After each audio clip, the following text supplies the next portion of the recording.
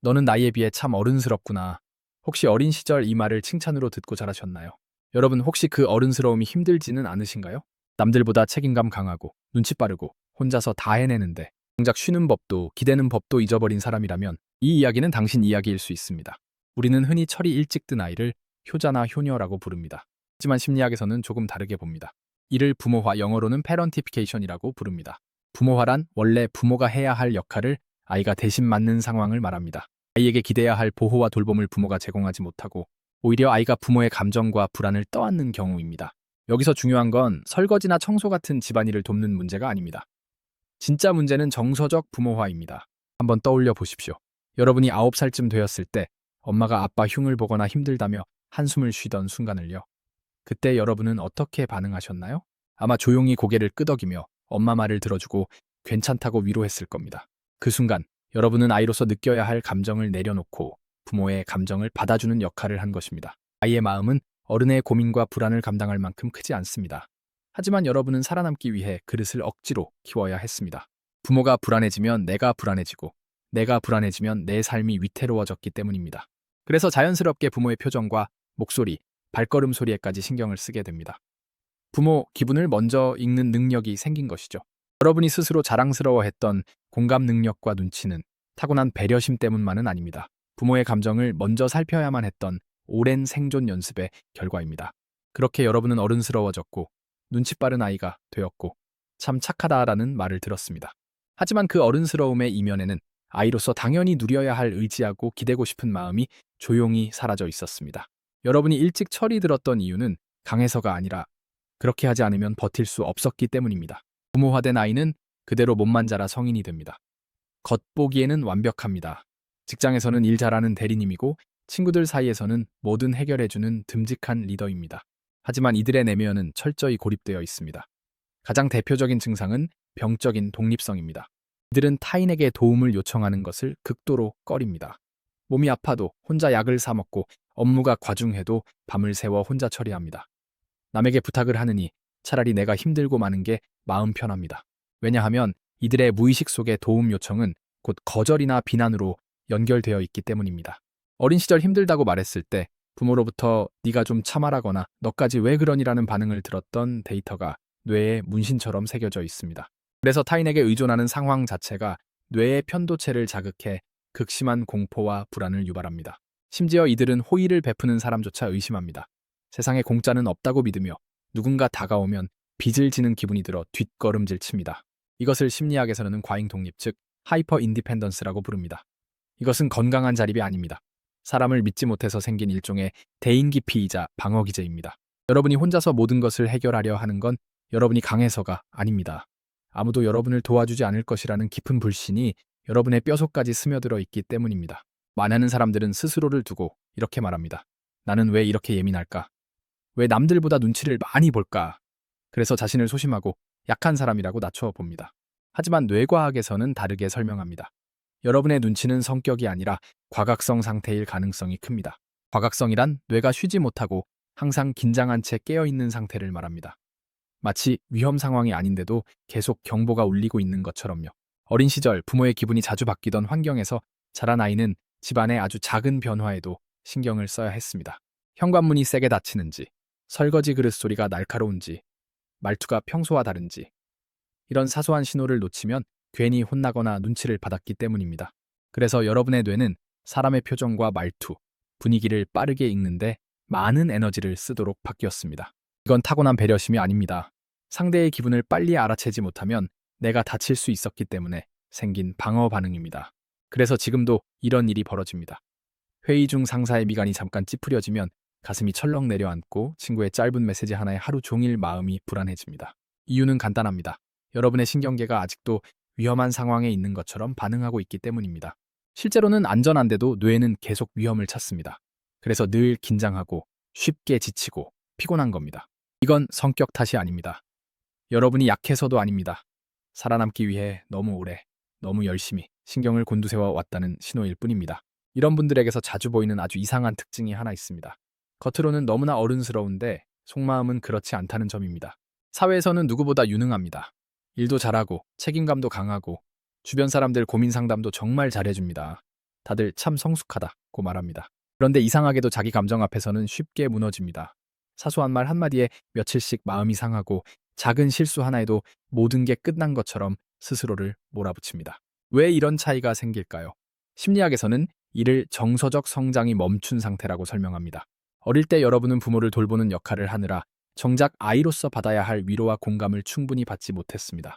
감정은 울고, 말하고, 공감받아야 자랍니다. 하지만 여러분은 울고 싶을 때 참아야 했고, 어리광 부리고 싶을 때도 참아야 했습니다.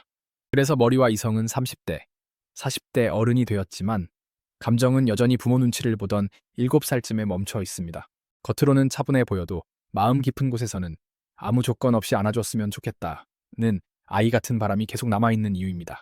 이 간격이 클수록 설명하기 어려운 공허함은 더 커집니다. 아마 이 영상을 보는 분들 중 많은 분들이 이런 고민도 가지고 있을 겁니다. 쉬지를 못한다는 것입니다. 주말에 아무 약속 없이 집에 있으면 괜히 불안해지고 뭔가 생산적인 일을 하지 않으면 죄책감이 밀려옵니다. 사람들은 이걸 성취욕이 강하다거나 워커홀릭이라고 말하지만 사실은 조금 다릅니다. 문제는 여러분의 뇌가 휴식을 잘못 배웠다는 데 있습니다. 안정적인 가정에서 자란 아이에게 휴식은 편안함이고 충전입니다. 하지만 불안한 환경에서 자란 아이에게 조용함은 결코 편안하지 않았습니다. 집이 조용하면 부모가 싸우고 있거나 곧 무슨 일이 터질 것 같거나 혹은 나를 방치하고 있다는 신호였을 수 있습니다. 그래서 여러분의 몸은 아무 일도 없는 평온한 상태를 위험으로 받아들입니다. 겉으로는 가만히 쉬고 있는 것 같아도 속에서는 계속 긴장하고 있습니다. 침대에 누워 있지만 머릿속에서는 해야 할 일 목록이 끊임없이 돌아갑니다. 이건 게으름도 부지런함도 아닙니다. 가만히 있으면 예전에 불안한 감정이 올라올까봐 그걸 피하려고 계속 움직이고 있는 겁니다. 마지막으로 인간관계에서 나타나는 특징도 하나 있습니다. 겉으로는 독립적이고 강해 보이는데 이상하게도 의존적인 사람이나 문제가 많은 사람에게 자꾸 끌립니다. 내가 저 사람을 바꿔줄 수 있을 것 같아. 나만이 저 사람을 이해할 수 있어. 이런 생각이 들곤 합니다. 이를 심리학에서는 구원자 환상이라고 부릅니다. 왜 굳이 힘든 관계를 선택할까요? 이유는 단순합니다. 누군가에게 꼭 필요한 존재가 되어야 내 가치가 증명된다고 마음 깊이 믿고 있기 때문입니다.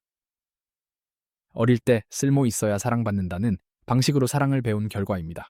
또 하나의 이유도 있습니다. 완벽해 보이는 사람 앞에서는 내 부족함이 드러날까봐 불안하지만 나보다 약해 보이는 사람 앞에서는 내가 주도권을 가질 수 있어 오히려 안전하게 느껴집니다. 그래서 여러분은 자꾸만 에너지를 빼앗는 사람 곁에 머물고 지치고 소진됩니다. 사랑이라고 믿었던 그 관계는 사실 아주 오래전 부모와 맺었던 관계를 다시 반복하고 있는 것일지도 모릅니다. 모든 패턴은 여러분이 잘못돼서가 아닙니다. 그저 너무 일찍 어른이 되어야 했던 아이의 흔적일 뿐입니다. 여기까지 읽으셨다면 이런 생각이 드실 겁니다. 그래서 도대체 어떻게 해야 이 끝없는 긴장을 멈출 수 있을까? 어떻게 해야 죄책감 없이 쉴 수 있고 불안하지 않게 사랑받을 수 있을까? 이제 마지막 이야기입니다. 막연하게 마음을 내려놓으세요 같은 말은 하지 않겠습니다. 지금부터는 실제로 도움이 되는 방법을 말씀드리겠습니다.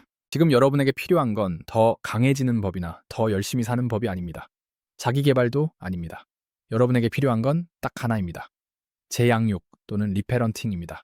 재양육이란 어릴 때 부모에게 받지 못했던 정서적 돌봄을 이제는 성인이 된 내가 나 자신에게 직접 해주는 과정입니다. 여러분의 뇌는 아직도 쓸모가 있어야 사랑받는다. 쉬면 뒤처진다. 같은 오래된 규칙에 따라 움직이고 있습니다. 이제 그 잘못된 규칙을 지우고 새로운 규칙을 만들어야 합니다. 이를 위해 뇌가 실제로 변할 수 있는 2가지 아주 구체적인 연습을 제안합니다. 첫 번째, 일부러 쓸모없는 일 해보기. 여러분은 무의식적으로 모든 행동을 이렇게 계산합니다. 이게 도움이 되나? 이게 나에게 이익이 되나? 이 습관을 끊어야 합니다. 일주일에 한 번 아무 의미도 없고 아무 성과도 없고 누구에게도 자랑할 수 없는 일을 해보세요. 예를 들면 그냥 하늘만 멍하니 보기, 아무 생각 없이 걷기, 잘 그리지 못하는 그림 그리기. 이때 불안해질 겁니다. 이러고 있어도 되나? 시간 낭비 아닌가? 그 불안을 없애려 하지 말고 그냥 느껴보세요. 그리고 마음속으로 이렇게 말해주세요. 아무것도 하지 않아도 나는 괜찮다.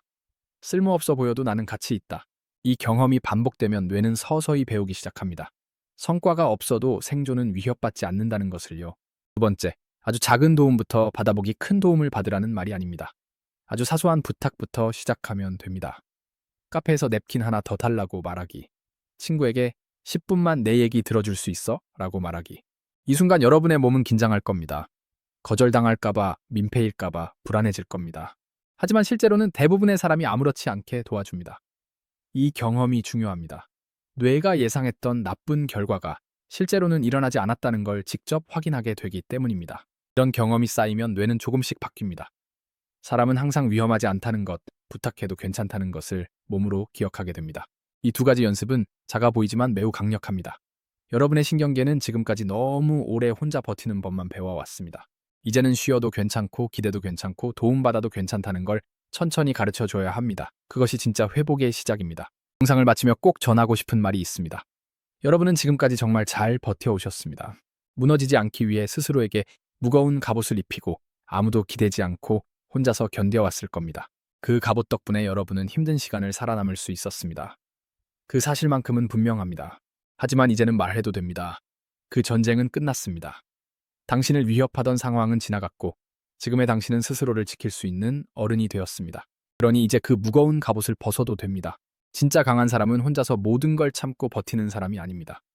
힘들 때 힘들다고 말할 수 있는 사람, 필요할 때 도움을 요청할 수 있는 사람입니다.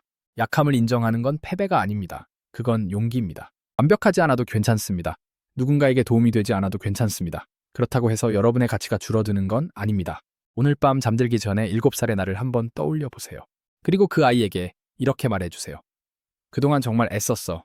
이제는 내가 너를 지켜줄게. 그러니까 이제 좀 쉬어도 돼. 그 한마디가 오랫동안 꽁꽁 얼어있던 여러분의 마음을 조금씩 녹이기 시작할 겁니다. 오늘 영상을 보며 어떤 생각이 드셨나요? 혹시 내 이야기 같아서 마음이 아팠나요? 아니면 이제는 조금 내려놓고 싶다는 생각이 들었나요? 괜찮다면 그 마음을 댓글로 남겨주세요. 비슷한 아픔을 가진 사람들이 서로의 이야기를 읽는 것만으로도 우리는 혼자가 아니라는 안전함을 느낄 수 있습니다. 이곳에 여러분의 무거운 짐을 잠시 내려놓고 가셔도 됩니다. 저는 다음 영상에서 더 깊은 이야기로 다시 찾아오겠습니다.